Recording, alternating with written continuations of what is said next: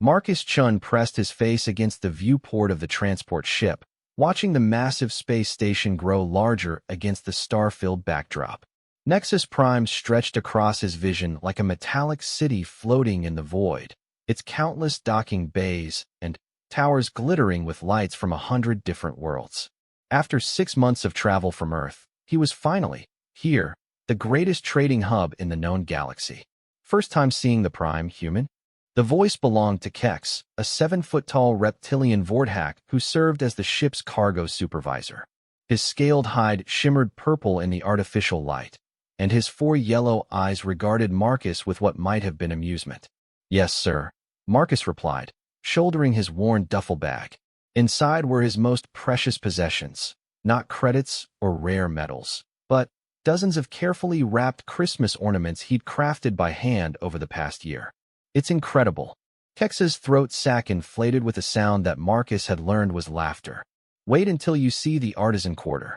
That's where all the real artists work. Beings who can manipulate matter at the molecular level, reshape crystal with thought alone, weave light itself into permanent sculptures. You're little." He glanced at Marcus's bag. Craft projects might seem rather primitive by comparison. Marcus nodded politely, though something tight formed in his chest. He'd heard variations of this conversation throughout his journey. Humans were known throughout the galaxy as a young species, barely spacefaring, lacking the advanced mental abilities that older races possessed. Their technology was crude, their lifespans short, their bodies fragile.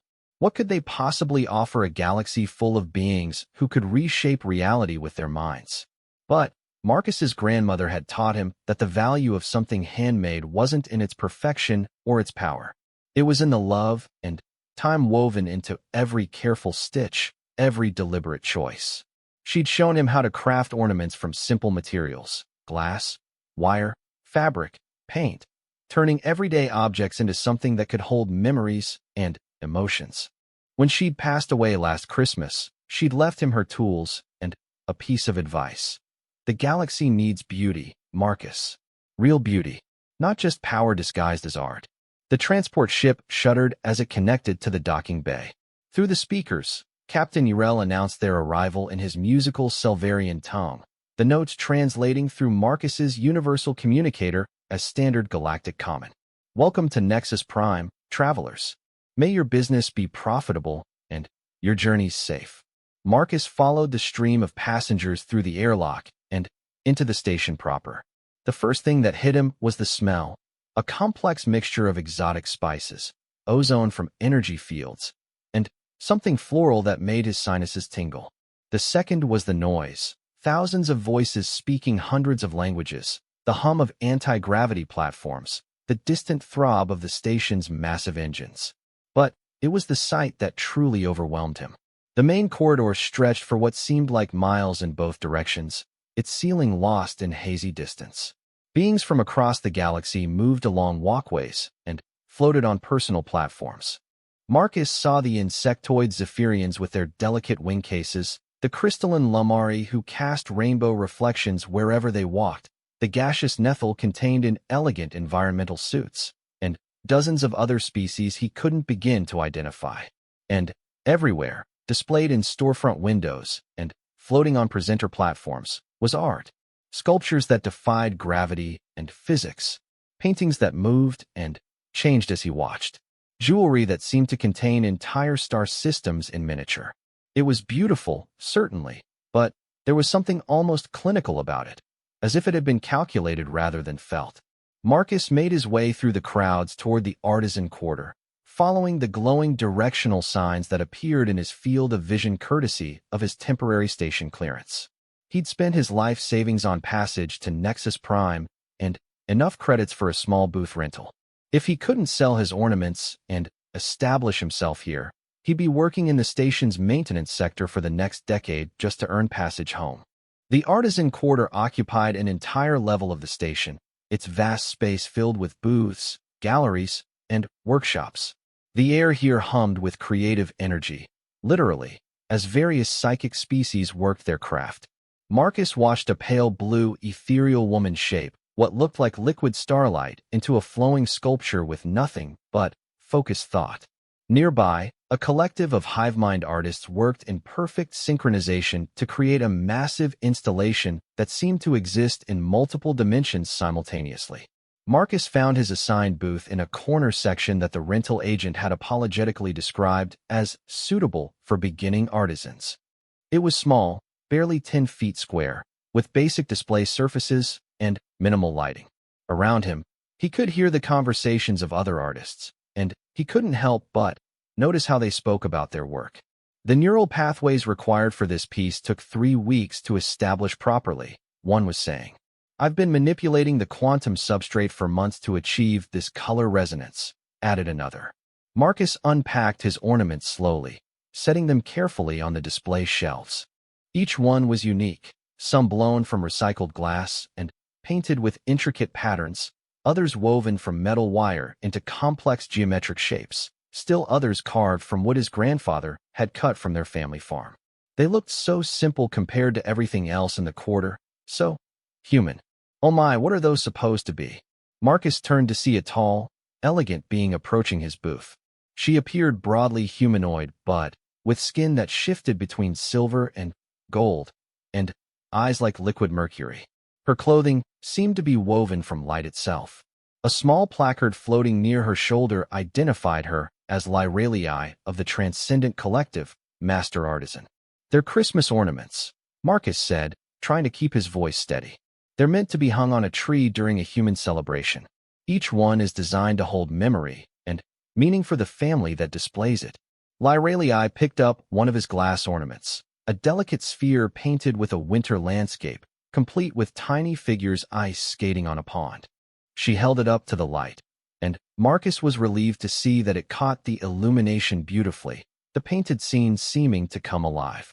How interesting, she said, though her tone suggested otherwise. And you made this with your hands? Actually touching the materials? Yes, ma'am. All of them. How primitive. She set the ornament down with exaggerated care, as if it might contaminate her. I suppose every species must start somewhere. Are you hoping to eventually develop proper creative abilities? Telepathic manipulation of matter? Energy weaving. Marcus felt heat rise in his cheeks. No, ma'am. This is what I do. A small crowd had begun to gather, drawn by Lyralii's presence and the novelty of the human artisan. Marcus heard whispered comments in various languages, catching fragments through his translator. Crude manual labor. No artistic mind at all. How sad for their species. Well, Lyralii said loudly enough for the crowd to hear. I suppose there's something charmingly nostalgic about pre-technological craft work. Rather like watching children play with blocks. Quite innocent, really. The crowd chuckled appreciatively. A few other artisans had joined them, and Marcus recognized the looks on their faces, polite condescension mixed with mild curiosity, like visitors at a zoo studying a particularly primitive exhibit. The workmanship is actually quite remarkable, said a voice from the back of the crowd, considering the limitations. Marcus looked up to see who had spoken and felt his breath catch. The being approaching his booth was unlike anything he'd ever seen. She appeared female and roughly humanoid in shape, but her skin was a deep, midnight blue marked with what looked like scales that caught the light like sapphires. Her hair was silver white and seemed to move as if underwater, and when she walked, there was something in her bearing that made every other being in the area unconsciously step back and lower their voices. But it was her eyes that truly captured Marcus's attention. They were ancient eyes, holding depths of knowledge and power that made him feel like an insect under a microscope. Yet there was something else there too, a sadness, perhaps, or a loneliness that resonated with something in his own heart. Your Highness, Lyralii immediately dropped into a formal bow, and the rest of the crowd quickly followed suit. We were not expecting you in the artisan quarter today. The newcomer waved a hand dismissively, her attention focused entirely on Marcus's display. I go where I please, Lyralii. Now step aside. She approached Marcus's booth directly, and he found himself caught between the urge to bow like everyone else, and the strange feeling that she wouldn't appreciate such formality. Instead, he stood straighter and met her gaze as best he could. You are the human craftsman, she said. It wasn't a question. Yes, Your Highness. Marcus Chun. I am Zephyria Draconis, she replied. and Marcus heard several beings in the crowd gasp. Even with his limited knowledge of galactic politics, he recognized the name. The Dragon Princess, last heir of an ancient race that had ruled star systems when most other species were still developing written language. It was said she was over 3,000 years old and commanded power that could reshape planets. And she was studying his Christmas ornaments with the intensity of a scholar examining ancient texts. "Tell me about this one," she said, pointing to an ornament near the center of his display. It was one of his more complex pieces, a wire framework shaped like a star, with tiny glass beads threaded throughout, and a small crystal at its center that caught and refracted light into rainbow patterns. "It's meant to represent hope," Marcus said, his mouth suddenly dry. "The star shape is traditional for my people's celebration, symbolizing guidance and divine light. The beads represent the journey, each one a moment of joy or triumph that leads us forward.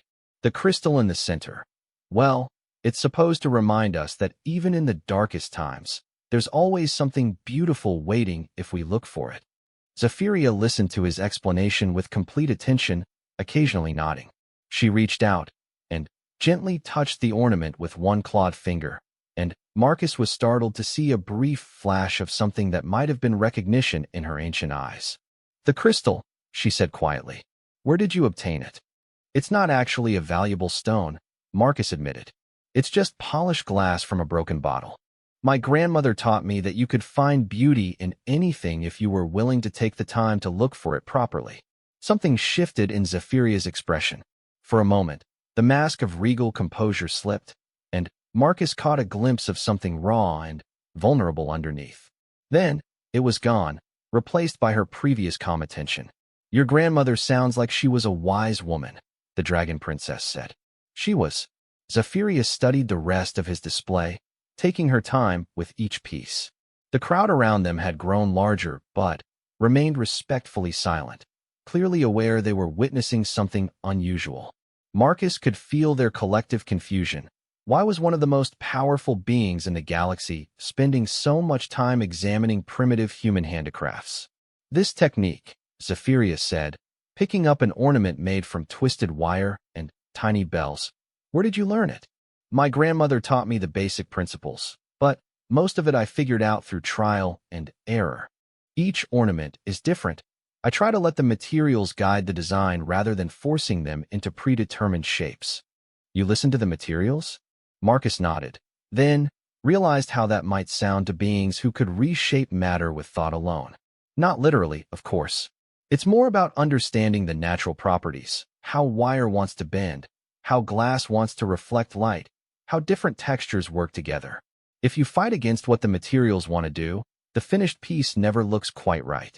Zephyria was quiet for a long moment, still holding the bell ornament. Around them, the crowd shifted restlessly, but no one dared interrupt. "How long does it take you to make one of these?" she asked. "It depends on the complexity. Anywhere from a few hours to several days. This one," he gestured to the bell ornament in her hands, "took about a week. I kept getting the balance wrong." "A week," she repeated, and there was something almost wondering in her tone. "And you made all of these yourself? No assistance?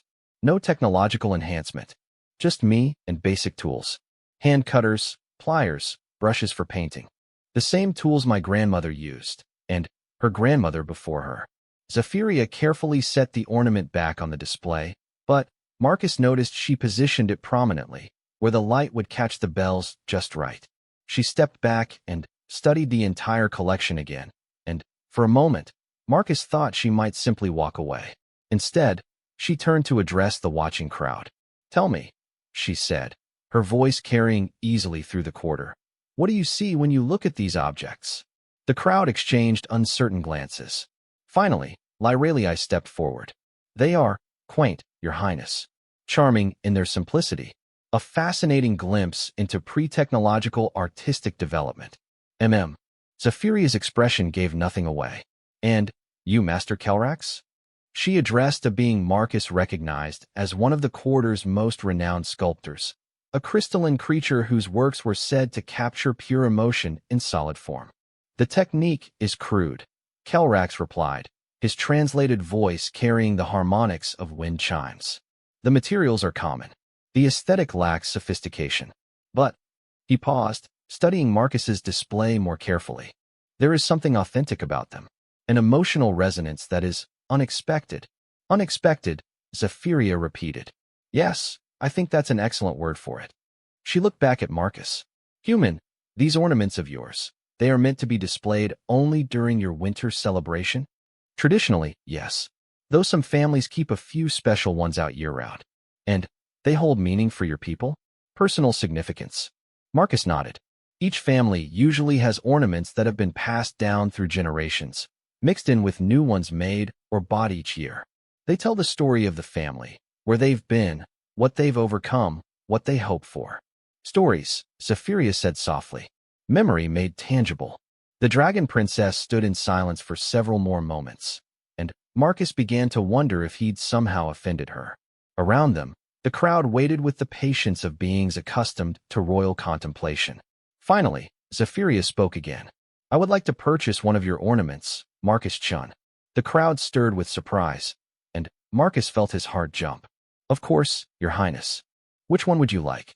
She studied his display one more time, then pointed to the star ornament she'd first asked about, the one with the wire frame and the crystal made from polished bottle glass. That one. But I have a condition. Marcus waited. I want you to tell me its story. Not just what it represents, but why you made it. What it means to you personally. Marcus looked down at the ornament, remembering the evening he'd crafted it. It had been almost a year ago, just a few weeks after his grandmother's funeral. He'd been sitting in her old workshop, surrounded by her tools and half-finished projects, feeling lost, and wondering if he had any right to continue her traditions. I made it the night I decided to come here, he said quietly. I was having doubts about whether my grandmother was right, about whether the galaxy really needed what I could offer. Everything I'd heard suggested that humans were primitive, that our crafts were worthless compared to what advanced species could create with their minds. He looked up to meet Zephyria's ancient gaze. But when I held that star up to the light and saw how the crystals scattered rainbows across my grandmother's workshop, I remembered something she used to say. She said that real beauty isn't about power or perfection. It's about connection. About one person taking the time to create something meaningful and another person recognizing that meaning when they see it. Zephyria listened to his words with complete attention, and Marcus thought he saw something shift in her expression again. The crystal, she said. The one made from broken glass. What was the bottle? Marcus hesitated, then decided that if he was going to tell the story, he might as well tell all of it.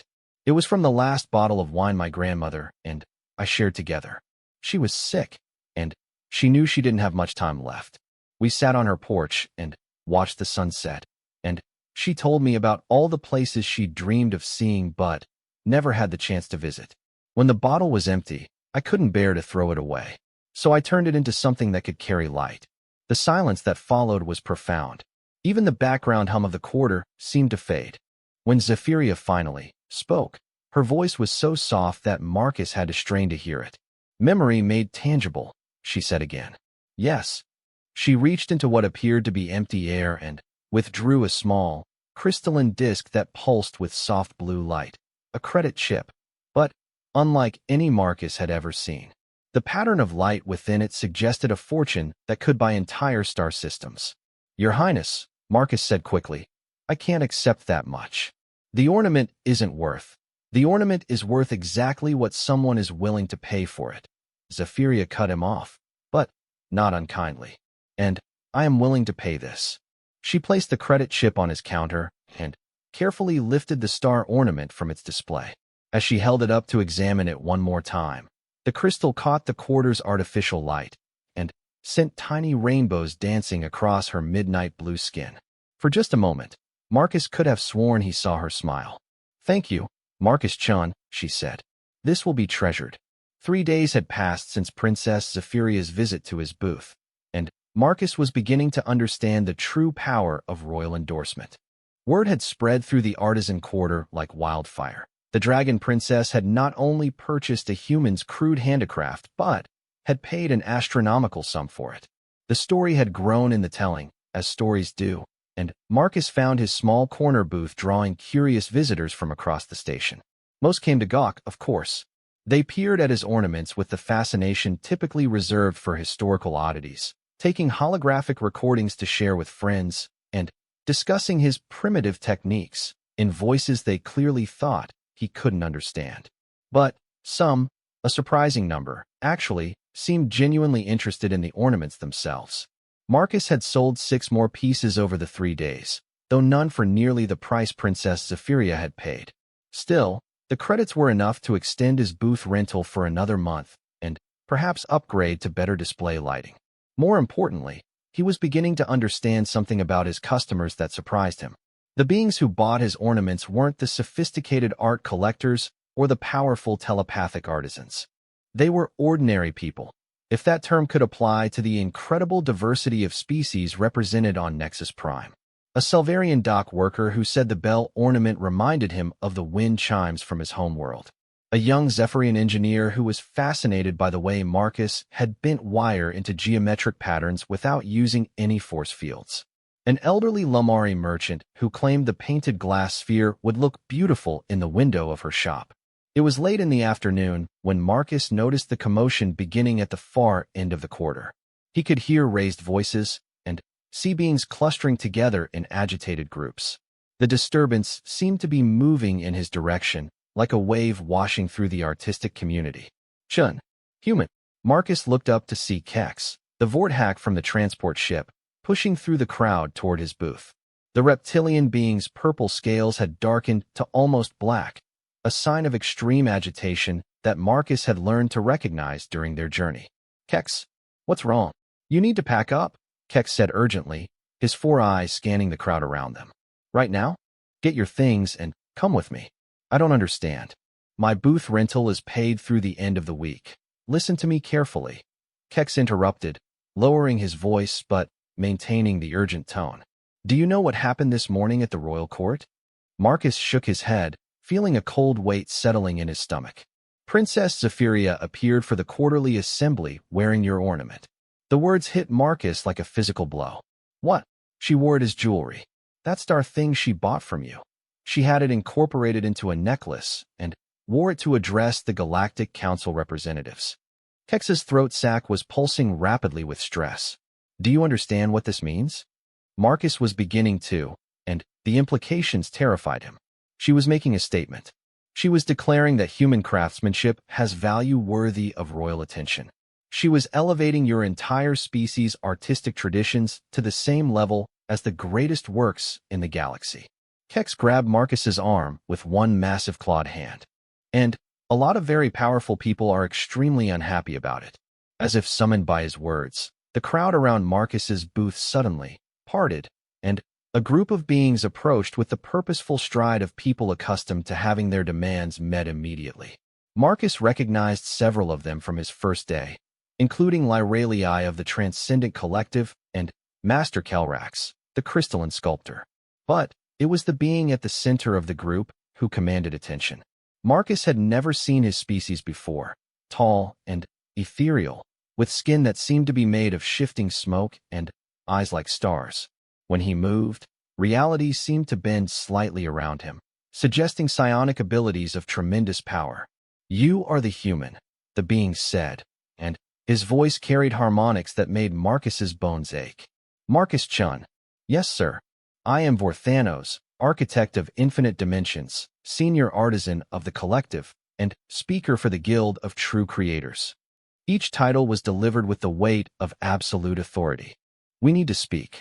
Marcus glanced at Kex, who had positioned himself slightly behind and to the side, close enough to help if needed, but far enough away to avoid being directly involved in whatever was about to happen.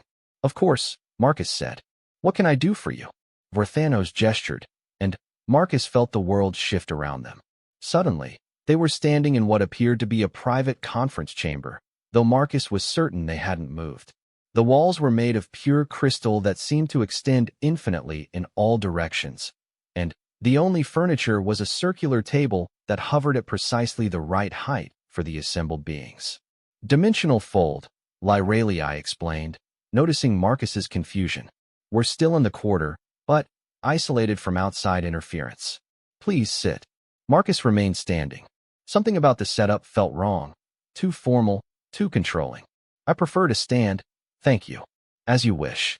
Vorthanos settled into a chair that materialized beneath him. Let us speak plainly, human. Your little display has caused considerable disruption in the artistic community. I'm not sure I understand. Of course you don't. Master Kelrax's crystalline form rang with discordant notes of frustration. You're too primitive to comprehend the delicate balance of artistic hierarchy that has maintained order in the galaxy for millennia. Marcus felt a familiar tightness in his chest, the same feeling he'd experienced when beings throughout his journey had dismissed human capabilities.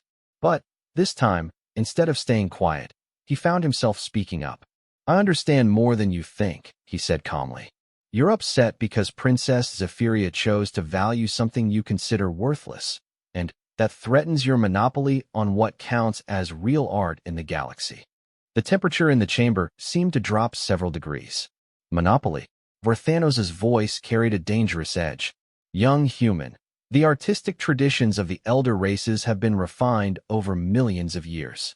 We have developed techniques that can reshape reality itself, create beauty that transcends physical limitations, produce works that exist across multiple dimensions simultaneously. What you do with your crude manual labor is not art. It's barely advanced craftsmanship. Then, why are you so worried about it? The question hung in the air like a challenge. Marcus could see the assembled beings exchanging glances, and he realized he'd struck closer to the truth than they wanted to admit. Lyralia leaned forward. The princess has influence. When she chooses to elevate something, others follow. Already we've received inquiries from collectors asking about authentic handmade pieces and primitive technique artwork. It's creating a market for inferior products that threatens the value of true artistic achievement. You're afraid people might actually prefer what I make, Marcus said, and the certainty in his voice surprised even him. You're afraid that when given a choice between something technically perfect but emotionally empty and something simple but meaningful, they might choose meaning.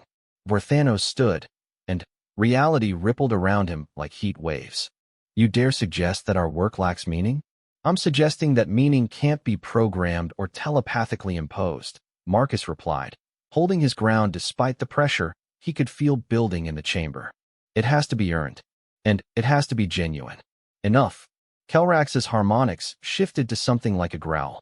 This conversation is pointless. Human, you will cease your activities in the artisan quarter immediately. Pack your crude trinkets, and return to whatever backwater world spawned you. Consider it a friendly warning. And if I refuse? Then, the warning becomes less friendly, Vorthanos said quietly. There are many ways for an alien to disappear on a station as large as Nexus Prime. Accidents happen. Misunderstandings with station security. Sudden deportation orders for violations of commerce regulations. The threat was delivered with casual efficiency, but Marcus could hear the steel beneath it. These beings were accustomed to having their will obeyed without question. I see. Marcus looked around the chamber at the assembled artisans, beings of tremendous power and influence who felt threatened by a human with a box of handmade ornaments. Can I ask you something? Speak quickly, Vorthanos said. When was the last time any of you created something that surprised you?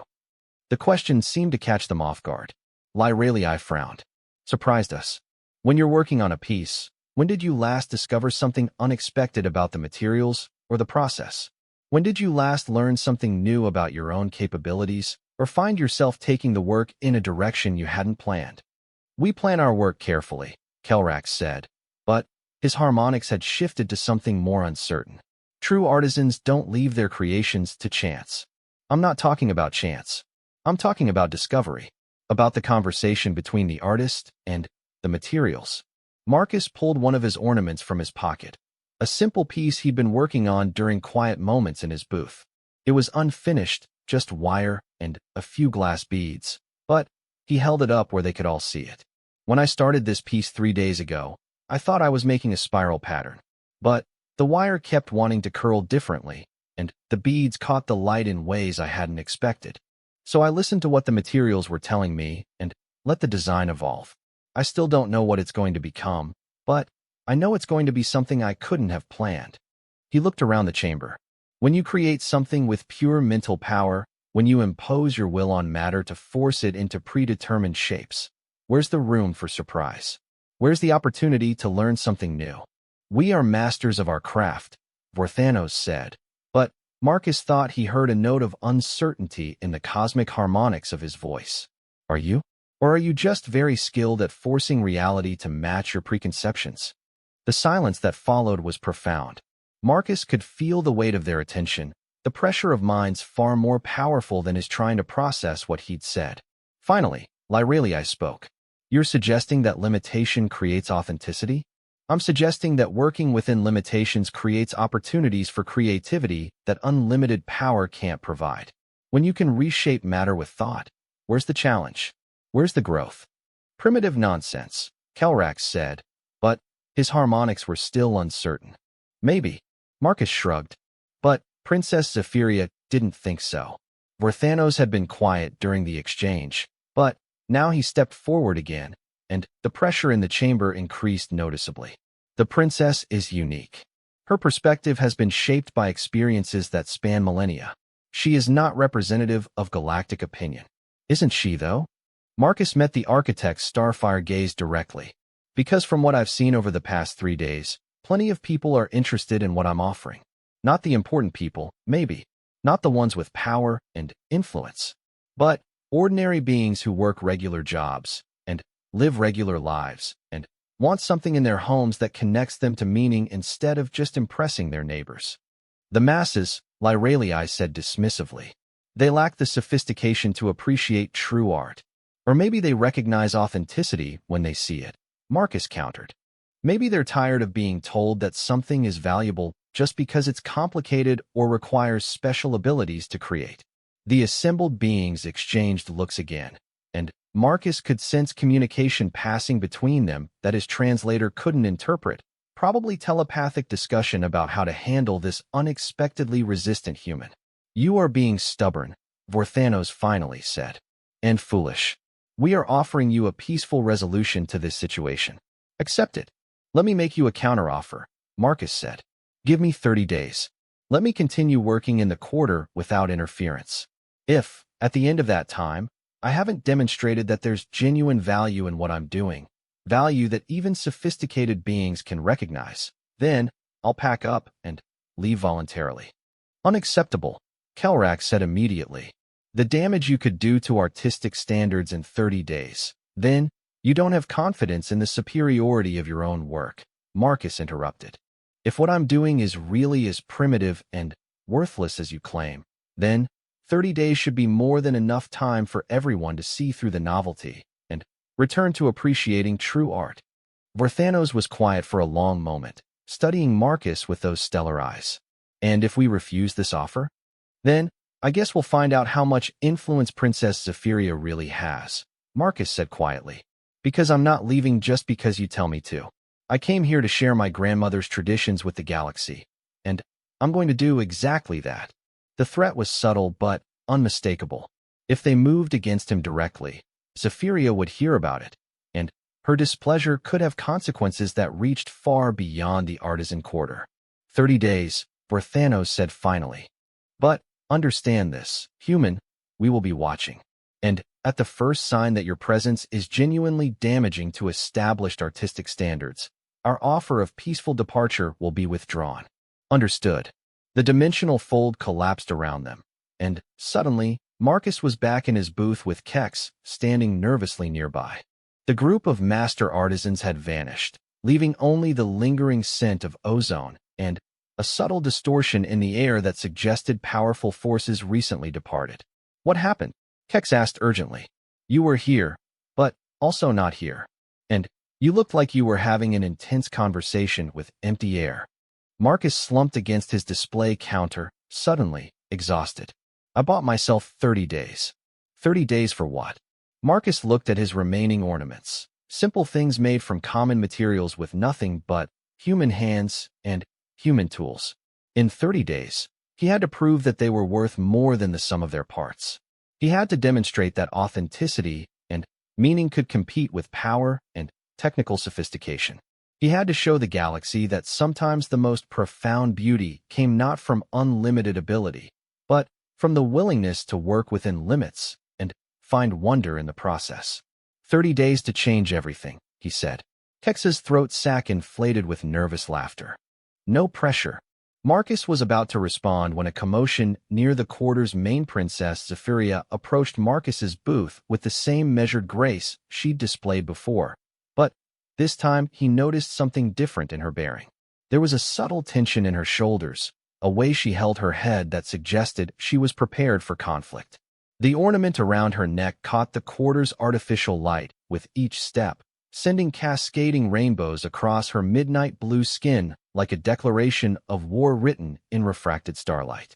The crowd that had gathered to watch her passage maintained a respectful distance, but Marcus could feel their collective attention like a physical weight. Everyone in the quarter knew what her appearance meant. The Dragon Princess was making another public statement about the value of human craftsmanship, and the artistic establishment would have to respond. "Marcus Chun," she said as she reached his booth, and her voice carried the formal tones of official court business. "I have come to commission a work." The whispers around them intensified. Commissioning art was different from purchasing existing pieces. It represented a deeper level of patronage and respect. It meant the princess considered him worthy of creating something specifically for her. "I would be honored, Your Highness," Marcus replied, trying to keep his voice steady. "What did you have in mind?" "Something for the winter solstice celebration," she said, loud enough for the crowd to hear clearly. "It is an ancient festival among my people, commemorating the longest night and the return of light. I want you to create something that captures that moment of transformation, when darkness gives way to hope." Marcus felt his mouth go dry. The winter solstice celebration was one of the most important events in the galactic social calendar. Representatives from hundreds of worlds would attend, including many of the same beings who had just threatened him. If Zephyria wore something he created to such a prominent gathering. "The celebration is in 26 days, Zephyria continued. "Will that give you sufficient time?" 26 days. For days less than the 30-day deadline he'd negotiated with Forthanos and the other master artisans. Marcus realized this wasn't a coincidence. Zephyria was forcing the issue, creating a situation where his work would be judged at the highest possible level before his enemies could take action against him. "Yes, Your Highness. That will be sufficient time." "Excellent." She reached into empty air again and withdrew another credit chip, this one pulsing with deep purple light. "Half payment in advance, as is proper for commissioned work. The remainder when the piece is completed to my satisfaction." She placed the chip on his counter, and Marcus could feel the weight of stares from every being in the quarter.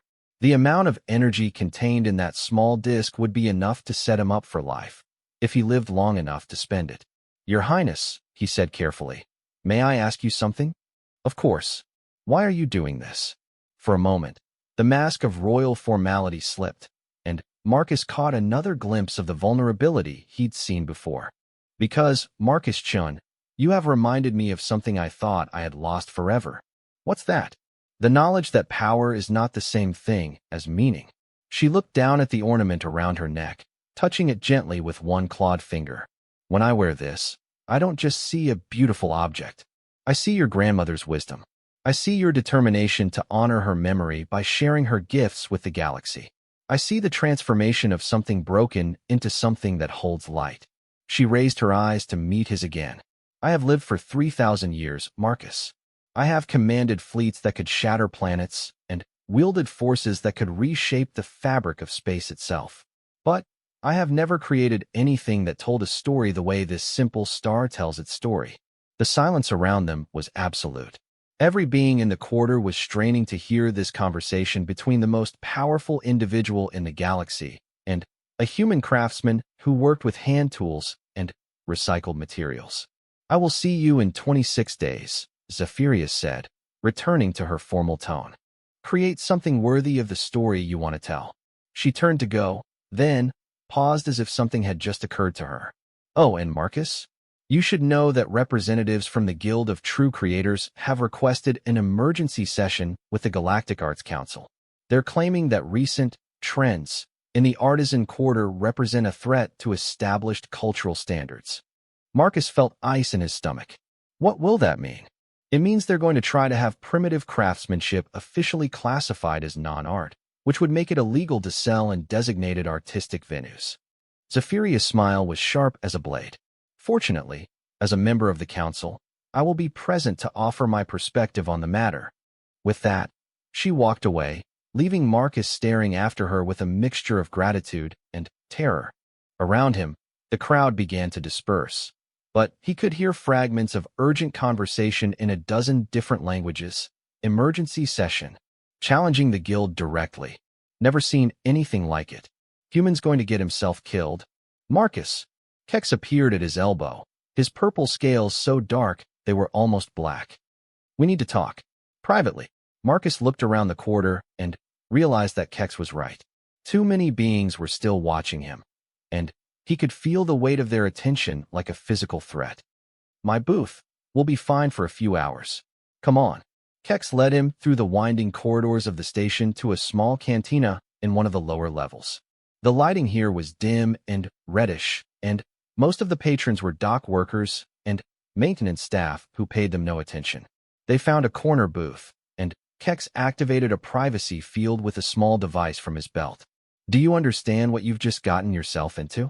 Kex asked without preamble. Princess Zephyria commissioned a piece for the winter solstice celebration. Princess Zephyria just made you the focal point of a political crisis that could reshape galactic cultural policy for the next millennium. Kex's four eyes fixed on Marcus with uncomfortable intensity. The Guild of True Creators isn't just an artistic organization. They're one of the most powerful political bodies in the galaxy. Their members control trade routes, banking systems, entire star sectors. If they decide you're a threat, they'll do more than just threaten deportation. Marcus finished quietly. Much more. And the fact that Zephyria is backing you makes it worse, not better. There are beings who have been looking for an excuse to challenge her authority for centuries. You've just given them one. Marcus sank back in his seat, feeling the weight of the situation settling over him like a crushing tide. What do you think I should do? Run, Kex said immediately. Take that credit chip she gave you and book passage to the Rim territories. Find some frontier world where nobody's ever heard of the Guild of True Creators and start a new life. I can't do that. Why not? Marcus thought about his grandmother's workshop, about the tools she'd passed down to him, about the traditions that stretched back generations through his family. He thought about the beings who had bought his ornaments, ordinary people who had recognized something authentic in his work and been willing to pay for it despite what the experts told them. Because she was right, he said finally. Who was right? About what? My grandmother. She said the galaxy needs beauty, real beauty, not just power disguised as art. She said that if you create something with love and meaning, people will recognize it, no matter how sophisticated they think they are. Kex's throat sac deflated with resignation. You're going to stay. I'm going to stay. Even though it might get you killed? Marcus was quiet for a long moment, thinking about that question. Then, he remembered something else his grandmother had told him during one of their last conversations. She told me that the most dangerous thing about giving up your dreams isn't that you might fail, it's that you might succeed at something you don't believe in. I believe in what I'm doing, Kex. For the first time in my life, I'm doing something that feels absolutely right. Even if it kills you, even if it kills me. Kex was silent for several minutes, his massive clawed hands wrapped around a cup of some steaming beverage that smelled like cinnamon and ozone. Finally, he looked up at Marcus with an expression that might have been respect. Your species is insane, he said. Absolutely, completely insane. Probably. What are you going to create for her? Marcus had been thinking about that question since Zephyria mentioned the commission. The winter solstice celebration, the moment when darkness gave way to hope. It had to be something special, something that would justify the faith she'd shown in him and demonstrate to the galaxy that human craftsmanship could hold its own alongside the greatest artistic achievements. I'm not sure yet, he admitted. Something that tells a story about transformation, about finding light in the darkest places, using your primitive hand tools and crude materials, using whatever I need to use. Kex was quiet again, then leaned forward conspiratorially. I might know where you can find some interesting materials. Things the guild types have never worked with because they consider them beneath notice. What kind of things? There's a salvage dealer I know in the lower sections.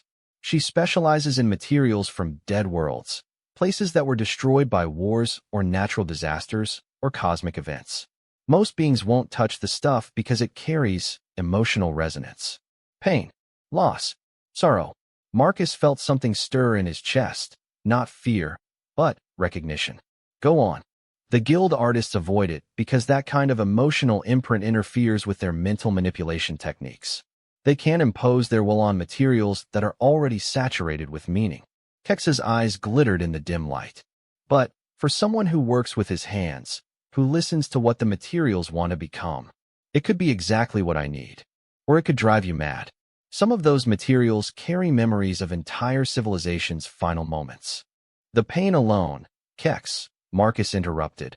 My grandmother spent her entire life taking broken things and turning them into beauty. Broken bottles became stained glass. Damaged jewelry became ornament decorations. Old fabric scraps became unique patterns. She taught me that the most beautiful transformations come from working with things that have been wounded. This is different. This is materials that carry psychic imprints of genocide, planetary destruction, entire species death agonies. Marcus was quiet for a moment, thinking about what Kex was describing. Then, he thought about Zephyria's words, about the transformation of something broken into something that holds light, about the moment when darkness gives way to hope. Where can I find this salvage dealer? He asked. Kex stared at him for several seconds, then let out a sound that Marcus had learned was Vorthak laughter. Completely insane, he repeated, but there was admiration in his tone. Her name is Vera. Deck 47, Section C, Shop 23. Tell her I sent you. And that you're looking for materials with character. Vera. Got it. They finished their drinks in companionable silence. And then, Kex escorted Marcus back to the artisan quarter. The crowds had thinned somewhat, but Marcus could see that several beings were still lingering near his booth, pretending to examine other displays while obviously keeping watch on his area. They're not even trying to be subtle about it, Kex observed. Good. Let them watch. Marcus spent the rest of the day working at his booth, starting preliminary sketches for Zephyria's commission while serving the steady stream of customers who continued to find their way to his corner of the quarter. Word of the princess's visit had spread beyond the artistic community, and he found himself explaining his techniques to beings from across the galaxy. Some were genuinely curious about human craftsmanship traditions. Others seemed to be conducting intelligence gathering for unknown purposes. A few appeared to be testing him, asking detailed questions about his materials and methods as if looking for weaknesses they could exploit. But, as the day wore on, Marcus began to notice something that gave him hope. Mixed in with the curiosity seekers and potential spies were beings who were genuinely interested in commissioning their own pieces. Not ornaments, necessarily, but other kinds of handmade items that would carry personal meaning. A young Silverian student wanted a wire sculpture that would remind her of her home world's crystal formations. An elderly Lomari merchant was interested in a painted glass panel that would cast rainbow patterns in his shop window. A group of Zephyrian engineers wanted to commission matching pendants for their work team, something that would symbolize their shared commitment to their project. Each commission was small, but together they represented something significant. Proof that there was a real market for authentic human craftsmanship, independent of Princess Zephyria's royal endorsement. By the time the quarter shops began closing for the evening, Marcus had accepted 7 new commissions and sold 3 more of his existing ornaments. He carefully packed his remaining pieces and secured his credit chips, then made his way through the station's corridors toward Deck 47. The lower sections of Nexus Prime were a different world from the gleaming commercial and diplomatic areas above. The lighting was dimmer, the air was more recycled, and the beings he passed looked like they worked with their hands for a living rather than their minds. It felt more like home. Section C was a maze of small shops and storage areas, most of them dealing in salvage, scrap, and recycled materials. Shop 23 turned out to be a narrow storefront wedged between a parts dealer and a restaurant that advertised authentic multi-species cuisine. The being behind the counter was immediately recognizable as human, which surprised Marcus more than it probably should have. She appeared to be in her 50s, with graying hair pulled back in a practical ponytail and hands that showed the calluses, and small scars that came from decades of working with rough materials. "You're Marcus," she said before he could introduce himself. "Kex sent word you might be coming by." "Yes, ma'am." "You're Vera." "Vera Chun," she said, and Marcus's eyebrows rose. "No relation, as far as I know, though there aren't many of us humans out here. Come in, look around. Kex said you were looking for materials with character." The shop was larger inside than it appeared from the corridor, stretching back into what seemed like impossible depths. The walls were lined with bins, shelves, and hanging racks filled with materials Marcus couldn't begin to identify. Metal that shifted color as he watched. Crystal formations that hummed with their own internal harmonics. Fabric that seemed to move independent of any air currents. "How long have you been on Nexus Prime?" Marcus asked as he followed Vera deeper into the shop. 15 years. Came out here after my husband died. He was military, killed in one of the border skirmishes with the hegemony. Figured I could either spend the rest of my life being bitter about it, or I could try to build something new." She gestured to the materials around them. "Turns out there's good money in giving broken things a second chance. Kex mentioned that some of your materials carry emotional imprints." Vera nodded. "Psychic resonance from traumatic events. Most beings won't touch the stuff. Too much pain, too much sorrow. The fancy artists up in the quarter especially avoid it because it interferes with their mental manipulation techniques." She led him to a section near the back of the shop where the materials seemed somehow more intense than everything else. The lighting was dimmer here, and Marcus could swear he felt a subtle pressure in the air, as if the space itself was holding its breath. "This is the heavy stuff," Vera said quietly. "Materials from worlds that saw terrible endings. Wars, plagues, cosmic disasters. The emotional imprints are so strong that even non-psychic species can sense them." Marcus approached a bin filled with what looked like crystalline shards in deep, shifting blues and purples. As he got closer, he began to feel something. Not quite emotion, but an echo of emotion, like distant voices calling through fog. "This came from Kadara Prime," Vera said, watching his reaction. "Beautiful world, about 40 light-years from here. The entire population was wiped out by a plague about 200 years ago. These crystals were part of a memorial they were building for their first victims when the plague overcame them." Marcus reached out and touched one of the crystal shards. The emotional resonance hit him immediately, a crushing wave of grief and loss. But underneath it, something else. Love. The desperate love of beings trying to honor their dead even as they face their own mortality. "I can feel them," Marcus said quietly. "They were trying to create something beautiful even at the end." "That's the thing about this stuff," Vera said. "It's not just about the pain. It's about what beings did with the pain, how they tried to transform it into meaning." Marcus moved to another bin, this one filled with metal fragments that seemed to absorb light rather than reflect it. "What about these?" "Wreckage from the last ship to escape Theros 7 before the star went nova. The crew stayed behind to evacuate a refugee camp, knowing they wouldn't have time to reach minimum safe distance. The ship was destroyed in the shock wave, but they saved 30,000 lives." Marcus touched one of the metal fragments and felt another wave of emotion, this time not grief, but sacrifice. The willing acceptance of death in service of something greater than oneself. "And this?" He gestured to a collection of what looked like glass spheres filled with swirling mist. "Atmospheric samples from Refuge Station." It was a neutral sanctuary during the Hegemony Wars, a place where wounded soldiers from both sides could receive medical treatment.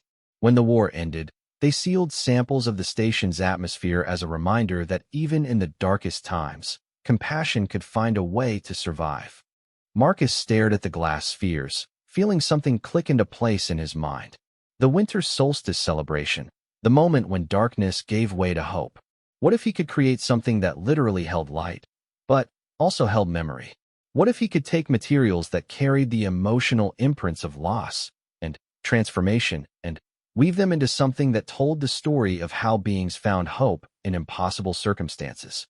"I want all of it," he said quietly. Vera raised an eyebrow. "All of what?"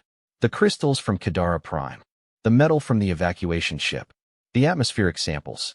Everything in this section that carries memory of transformation, of beings choosing hope over despair, sacrifice over survival, meaning over safety. Marcus, Vera said carefully. Working with this much psychic resonance at once, it could overwhelm you. The emotional imprints could drive you mad, or worse. Marcus thought about his grandmother's workshop, about the broken bottles she'd turned into stained glass, about the damaged jewelry she'd transformed into ornament decorations. He thought about Princess Zephyria wearing his star around her neck like a declaration that meaning mattered more than power. My grandmother always said that the most beautiful things come from working with materials that have been wounded, he said. I think it's time to find out if she was right. Vera studied his face for a long moment, then nodded slowly. All right, but I'm giving you a neural damper along with the materials. It won't block the emotional resonance completely, but it'll keep it from killing you. How much for everything? For what you're attempting? Vera smiled. For another human whose Marcus had been working with the psychically resonant materials for 12 days when the first assassination attempt came. He was in his booth late one evening, long after the quarter had officially closed for the day. The neural damper Vera had given him helped filter the emotional overload from the materials, but working with them still required intense concentration and frequent breaks. The crystals from Kadara Prime wanted to tell him the entire story of their world's final days. The metal fragments from the evacuation ship carried echoes of desperate heroism that made his hands shake. The atmospheric samples seemed to whisper with the voices of beings who had chosen compassion over survival. But, slowly, piece by piece, Princess Zephyria's commission was taking shape. The central element was a sphere made from the Kadara crystals, carefully fitted together like a three-dimensional puzzle. The emotional resonance of each piece guided how they fit with the others, creating patterns that seemed to shift and flow even though the crystal itself was solid. Inside the sphere, suspended by wires made from the evacuation ship's metal, was one of the atmospheric samples, now glowing with a soft internal light that Marcus had coaxed from the memories contained within. The piece told a story, just as his grandmother's ornaments had always done. But where her stories had been personal, family memories crystallized in glass and wire. This story was universal. It spoke of loss transformed into love, of sacrifice that transcended death, of hope that persevered even when hope seemed impossible. He was adjusting the wire suspension system when the lights in his booth went out. The quarter's emergency lighting should have kicked in immediately, but the area around his booth remained in darkness. Marcus felt the hair on the back of his neck rise as he realized this wasn't a power failure. It was deliberate. Working late, human? The voice came from the shadows beyond his booth, distorted by some kind of modulation device. Marcus couldn't see the speaker, but he could sense movement in the darkness around him. The quarter is closed, Marcus said, trying to keep his voice steady. You shouldn't be here. Neither should you. A different voice, from a different direction. But here we are. Marcus carefully set down his tools and edged toward the emergency communicator mounted on his booth's wall. If he could reach it, he could alert station security. A hand, or what felt like a hand, clamped down on his wrist with crushing force. I don't think so. The emergency lighting suddenly flared to life, and Marcus found himself surrounded by three beings he didn't recognize. They were humanoid, but wrong somehow. Their proportions slightly off, their movements too fluid, their faces hidden behind masks that seemed to shift and blur when he tried to focus on them. Shapeshifters, he realized aloud. Very good, the first voice said. Though it won't matter what you figured out in a few minutes. One of the beings moved toward his workstation, reaching for Princess Zephyria's commission. Crude work, it observed. Though I suppose the materials have some value. The guild might find a use for them. Don't touch that, Marcus said, and something in his tone made the being pause. Protective of your little trinket, are we? You have no idea what you're dealing with, Marcus said, backing toward his workstation. Those materials carry psychic imprints from traumatic events. If you handle them without proper preparation, we're not here for the materials, the second being interrupted. We're here for you. The guild's patience has reached its limit, the third added. You were given a warning. You chose not to heed it. Now the matter will be resolved permanently. Marcus felt his back hit the edge of his workstation. Behind him, he could sense the incomplete commission, the crystalline sphere with its cargo of memory and meaning, waiting for the final touches that would complete its transformation. "Before you kill me," he said, "can I ask why? What's so threatening about a human making ornaments?" The first being tilted its head, and Marcus caught a glimpse of something predatory beneath the shifting mask. "You really don't understand, do you? Enlighten me. It's not what you're making that threatens the guild. It's what you represent." The being began to circle him slowly, like a hunter sizing up prey. For millions of years, the galaxy has operated under a simple principle: power determines value. Those with the strongest abilities create the most valuable art. Those with the greatest mental gifts command the highest prices. The system works because everyone knows their place. And then I came along. And then you came along, the being agreed. A primitive from a backwater world, working with crude materials and simple tools, creating objects that beings actually want to buy. Worse, objects that make them feel something genuine. The second being moved closer to Marcus's other side. "Do you know what happened on Velvet 3 last week?" Marcus shook his head. A collective of ethereal artists spent 6 months creating a reality warping sculpture that could exist across 17 different dimensions simultaneously. It was technically perfect, a masterwork of advanced mental manipulation. The unveiling was attended by representatives from 30 worlds. And it sold for less than Princess Zephyria paid for your bottle glass star," the third being said. Because halfway through the auction, someone mentioned that a human on Nexus Prime was creating art that actually moved people to tears. The potential buyers lost interest in perfection and started demanding authenticity. Marcus felt a cold understanding settle in his stomach. "You're not trying to preserve artistic standards. You're trying to preserve market dominance. Clever human." The first being's mask shifted into what might have been a smile. "The guild's member species have invested millions of years in developing their mental abilities. Their entire economic and social structure is built on the premise that those abilities are inherently valuable. If crude manual labor can produce art that beings prefer to their sophisticated creations, the whole system collapses," Marcus finished. "Not if we eliminate the problem at its source." The beings began closing in, and Marcus realized he was out of time.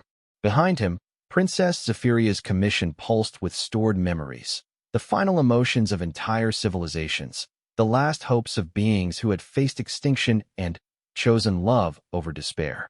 His grandmother's voice echoed in his memory. "The most beautiful things come from working with materials that have been wounded." Marcus reached back and grasped the crystalline sphere with both hands. The psychic feedback hit him like a physical blow. Without the neural damper to filter it, the accumulated emotional resonance of the materials struck his mind with the force of a collapsing star. He felt the grief of Kadara Prime's last survivors, the desperate heroism of the evacuation ship's crew, the willing sacrifice of beings who had chosen compassion over safety. But underneath all that pain, he felt something else. Love, hope, the unbreakable conviction that meaning mattered more than survival. The energy radiating from the sphere was invisible to normal sight, but the shapeshifters were psychically sensitive enough to feel it. They staggered back as waves of pure emotion washed over them. Not just Marcus's feelings, but the crystallized experiences of beings who had found beauty in their final moments. "What have you done?" the first being gasped, its mask flickering and dissolving to reveal a face Marcus didn't recognize. "I'm showing you what real art feels like," Marcus said through gritted teeth. The psychic feedback was threatening to tear his mind apart, but he held on, drawing strength from his grandmother's memories and the certainty that what he was doing mattered. The sphere in his hands began to glow brighter, the atmospheric sample at its center responding to the emotional resonance around it. The wire suspension system, crafted from metal that had witnessed ultimate sacrifice, began to sing with harmonics that seemed to come from another dimension.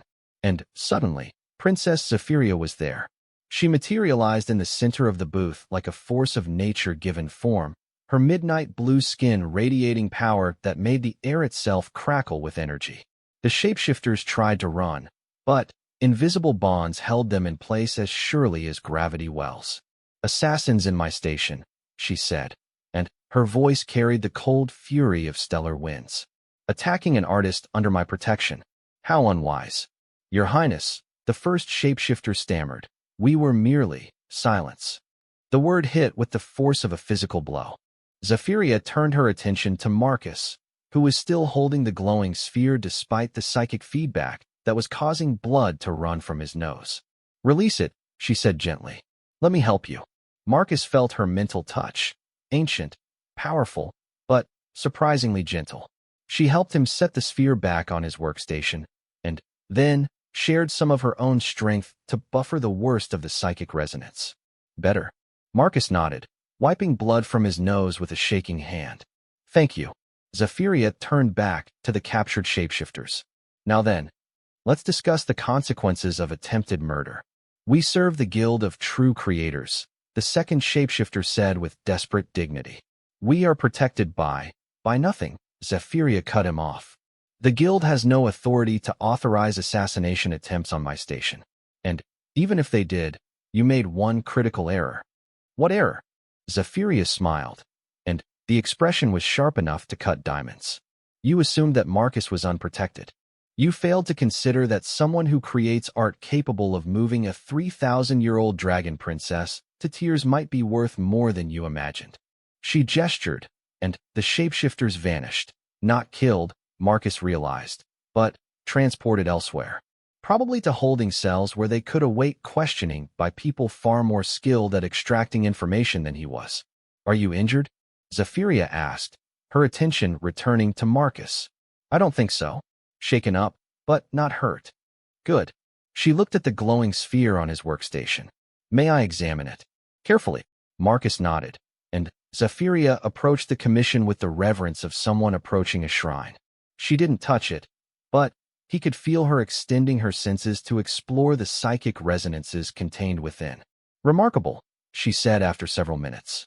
"You've woven together the emotional imprints of 3 different traumatic events, but instead of creating cacophony, you've created harmony."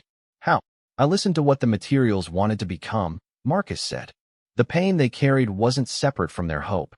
It was part of the same story. Beings who loved enough to grieve. Heroes who cared enough to sacrifice themselves.